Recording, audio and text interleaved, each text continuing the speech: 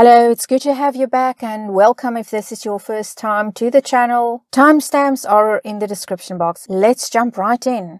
Story number 1. Opie writes, I, 25 female, got married to my husband, 24 male, we'll call him Jim, a week ago after dating for 2.5 years. Jim has a friend called Misha, 22 female, who was invited to the wedding. He and Misha have known each other since high school and were close friends. And Misha had a very obvious crush on Jim, from what he and others who know them have told me.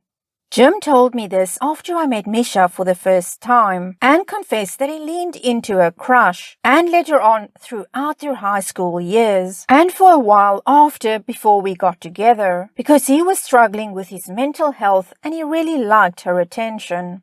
He seemed genuinely guilty about all of that because he thought Misha was a nice girl and a good friend, and because he showed guilt, I didn't feel the need to bring it up or argue about it, despite thinking it was a crappy thing to do. Plus, Misha is a nice girl who has never overstepped boundaries and has been nothing but kind and friendly towards me, and I now consider her a friend too. Misha moved away to the city last year and has done really well for herself and has a long-term boyfriend who none of us have met yet. So when it came to sending wedding invites, I told her she was welcome to bring him as a +1. The first red flag came when Jim was weirdly resistant to the idea of Misha bringing her boyfriend, but he excused it on being concerned about the number of guests we invited and the matter was dropped. When the wedding day came, Misha showed up in this beautiful dress, nothing inappropriate for a wedding, and with her boyfriend on her arm, who I'll admit is a very handsome guy. Think a Kit Harington type. She also lost weight and has a haircut that suits her better, and I thought she looked great. We also found out throughout the night that her boyfriend is very successful and earns more than practically anyone else who attended. Throughout the reception, I noticed Jim glaring at Misha and her boyfriend the whole time, and he was really cold and short towards her when she came over to congratulate us and give us a gift. He was also straight up kind of rude to her boyfriend when Misha introduced us to him. When his mom, who's always known and liked Misha, mentioned that she was glad Misha found a great guy and praised the boyfriend for being so nice, Jim snapped that, quote, at least she won't be desperate and hung up on me for the rest of her life, unquote. Which I thought was cruel and uncalled for, but I didn't challenge him because I didn't want to argue at my wedding despite the fact that he frankly sounded bitter. The whole thing has left an awful taste in my mouth, and I can't help but think that Jim got jealous that Misha has found a guy who's honestly quite a catch, who she's clearly very in love with, and is now completely over Jim. Half update. After getting some PMs from people, I decided to go through his phone while he was napping after work, and needless to say, this marriage is over. I'll post a real update when I have sorted everything out. A week later, we have an update from Opie. Hey everyone, I'm posting this here because I said in my last post that I would update when I was able to. Pretty much the day after my original post, I got some PMs from people suggesting that I go through my husband Jim's phone to see if he and Misha were truly just friends before this, and that nothing romantic happened between them that would explain his reaction at the wedding. He always takes a 45-minute nap after work, and so I used that as my opportunity to swipe his phone from where it was charging on his desk so that I could look through it. I've seen him put in his password a ton of times, so that wasn't an issue. I didn't find anything in his texts with her, but I know that Jim goes on Instagram a lot, so I checked there too. The immediate red flag was that he'd used an app lock that required a passcode to access Instagram, but the dumbass used the same passcode that he uses to unlock his phone, so I got into that right away. It's his birth year, go figure. And what would you know? I got to his messages with Misha and find messages from him the morning after our wedding, telling her how beautiful she looked that night, how much he'd missed her, how he felt that her boyfriend being there spoiled his opportunity to catch up with her, and that he was desperate to meet up with her. Misha never replied to these messages, and he sent some more to her later that day. I won't go into what he said, because they were very personal insults that were frankly just gross. But just think about the kind of stuff you would read on that nice guy subreddit.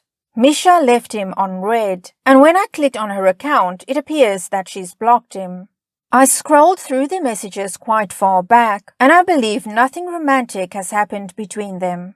I wish that was all. But looking into his other conversations on Instagram, I found that he's been messaging other girls on there. They seemed like aspiring Instagram model types from our area. Most of these conversations were just him shooting his shot and getting left on read. But others had evolved into flirting, and 2 of them resulted in sexting. And the most embarrassing part of all? The nudes he was sending to these women weren't even of him. I know what his body looks like, and he doesn't have chiseled abs and isn't that well endowed. I think he must have found a man's profile on some adult website and used those pictures, just cropping the face out. These 2 conversations happened in the past 6 months. I ended up texting his mom and his brother from the phone, asking them to come and pick him up from the apartment. And then I went to wake him up. I told him that I knew about the girls he was messaging on Instagram, that he needed to pack a bag and get the hell out before I started throwing his stuff out on the street and causing a scene. He started crying and begging me not to kick him out, and swore that they were just messages and that he would never actually cheat on me, but I don't believe him for a second. Then he had the nerve to tell me that he didn't want me to tell anyone else about what he'd done. But I had left the room and started ignoring him by that point. He left with his mom and brother and is staying there from what I know. I've blocked him on everything for the time being until I'm ready to tell him that I'm seeking an annulment. Thankfully, where I'm from, you can get one almost no questions asked as long as you haven't been married for longer than 30 days, and I've already looked into the process. I haven't really left my apartment at all this week, and I've been calling in sick to work because I don't feel like I can face people. I'm just so embarrassed that I've wasted over 2 years on this man and that I married him in the first place. I don't feel that I can even talk to people about this, so posting here has helped, and I'd like to thank you all for your kind words, advice, and support. I might reach out to Misha when the dust has settled, but I think I'll need to build up some courage for that. Opie, I understand your disappointment, but when you say you are so embarrassed, you don't have anything to be embarrassed about. In fact, you should be proud of yourself, Opie, that you are getting out of this, that you are getting an annulment. Because there are a lot of people that don't do that because they are embarrassed, because they feel humiliated, and they're worried about what people will say about them. And so people stay in relationships that don't bring them happiness. Good for you that you are not allowing yourself to become trapped in that kind of a relationship, a marriage. And as for Jim, the fact that he contacted Misha the day after the wedding and he wanted to meet up with her and then he sent her nasty messages when she didn't reply, that is a huge, huge red flag. He's a married man and Misha is in a relationship, and yet when she didn't reply, when she didn't accept his advances on Instagram, he decided to get very personal and to insult her. Why would he even think that Misha would want to meet up with a married man, a newly married man at that, who tagged her along for years? By not replying to his messages and blocking him, she rejected him. And I'm telling you, people who react with insults when they are rejected, that's a huge red flag. Even if he was single, that is a huge, huge red flag. A mature adult does not react that way. Then you also discovered that he's been talking to other women in your area. So who knows, maybe he's even met some of these women, or was planning to. And the fact that he tagged Misha along back in high school for years, it sounds like. Get that annulment and get it as soon as possible. I think you're very smart, Opie, I really do. You said that you're working up the courage to contact Misha. You know what? I think you should go ahead and contact her, because I've got the feeling this is going to be the start of a very good friendship. I wish you the very best, Opie. Let's move on to story number 2. Opie writes, my husband of 19 years cheated on me at his work party. He's a software developer, and there was a party at a restaurant to celebrate the completion of a project. I had to work 911 operator, so I wasn't there. I found out when people started telling me how sorry they were. I had no idea what they meant until someone told me to check the social media. There are pictures where he is in the background kissing and otherwise all over a woman. Some with her hand down his pants. Not just a single picture, but many of them. It is all over the startups and his colleagues' social media showing how close they got. My husband was trying to damage control, but when I told him I knew, he said he had sex with a waitress. I'm humiliated because everyone knows, and I'm terrified that our 17-year-old will see them. My husband wants to go to counseling and stay together, but I don't think I can do that. My worst fear is my daughter finding out. Additional information from OP.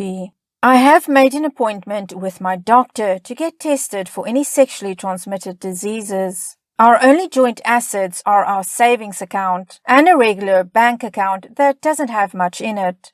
We don't have any debt or other assets. We don't have any credit cards. The house was an inheritance for him, so it isn't considered a marital asset and I have no claim. I have copies of all the photos and screenshots of everything.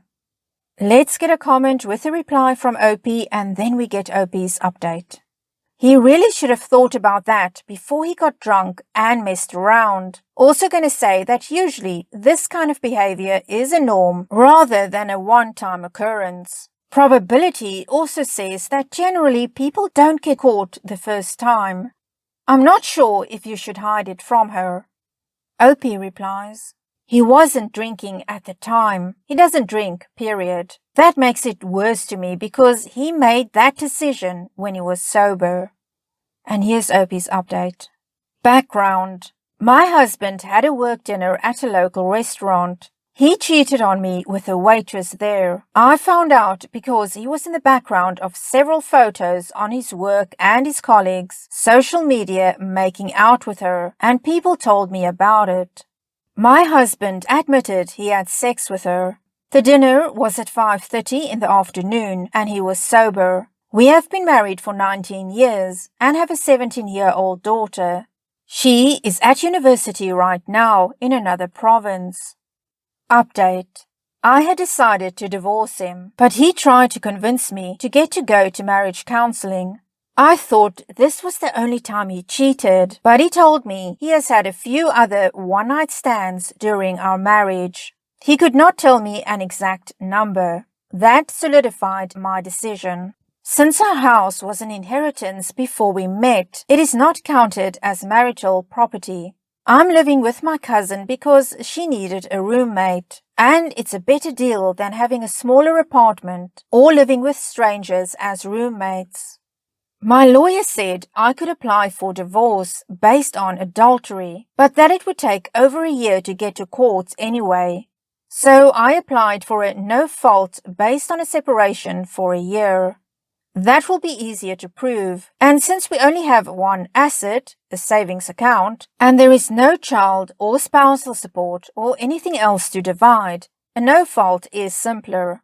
My lawyer said a fault one for adultery would make no difference in the division of the savings account anyway. My daughter is at university 5,700 kilometers away and wasn't scheduled to come home until Christmas because of the distance. If I could have told her in person, I would. I told her over Skype. Not all the details, just that her father and I are divorcing because he was unfaithful. I didn't go into details of the work party or his other admission. Part of me is glad she's so far away because she won't be caught in the middle. She's turning 18 next month, and her university tuition is covered by a scholarship, but she won't be here to get caught in the middle. Overall, I'm doing well. I have good days and bad ones. But at least I found out this time. Better than not knowing what he was doing. That is my update. Oh, Opie, I'm so sorry after 19 years. Leaving is the best thing you can do, because you already know that he's been having one-night stands throughout your marriage, and if it weren't for those photos, you still would be in the dark about it.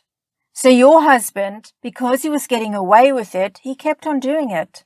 And I think in the future, if he thinks he can get away with it again, he probably will do it again. So there's really not much of a choice but to leave. You say that you have good days and you have bad days, and that's of course very normal. But Opie, I think before long, you are going to have a lot more good days than bad days.